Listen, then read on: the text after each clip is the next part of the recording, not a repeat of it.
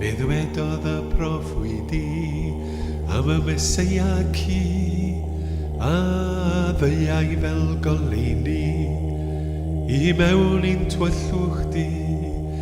Fe ddeithos ti fel baban y dwyfol ddynolun yn llawn o gariad nefol i hynod yw a dyn.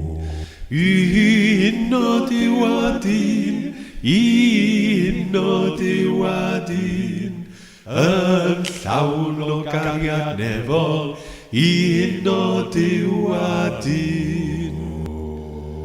Dychrynwyd y bugeiliaid gan engil Twnnllyd Llon, mae'r ceidwad wedi ei eni, ymellem nôl y sôn. Fe eithant yn o'n llawen i weled baban Mair, tylwyth y brenin Dafydd, y dwyfol nerthol air.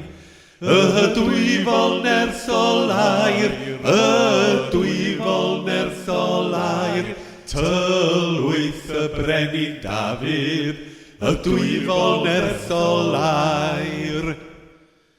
Fe roddodd ef ei fywyd dros ein pechodau ni, y perffaith dros yr aflan a'r groesbren Calfari. Bu farw ef i golchi, bu farw i'n bywhau, bu farw i'n cymodi mewn harmonia Duw, mewn harmonia Duw, mewn harmonia Duw. Bu farw i'n cymodi mewn harmonia Duw.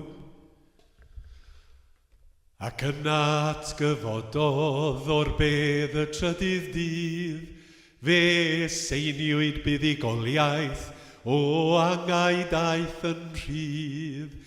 Tra gwyddolid ein bywyd ym mhresenoldeb Duw, fe folwn enw'r arglwydd, mae Iesu heddiw'n fyw, mae Iesu heddiw'n fyw, mae Iesu heddiw'n fyw. Fe folwn enw'r arglwydd, mae'r Iesu heddiw'n fyw.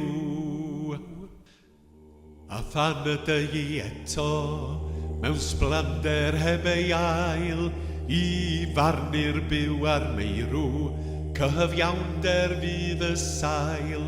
Dogoniansi a befriad aw diwedd ar bob loes, y cread a newyddir, amoli'r Duw y groes, amoli'r Duw y groes, amoli'r Duw y groes, y cread a newyddir, amoli'r Duw y groes, amoli'r Duw y groes, amoli'r Duw y groes, y cread a newyddir, amoli'r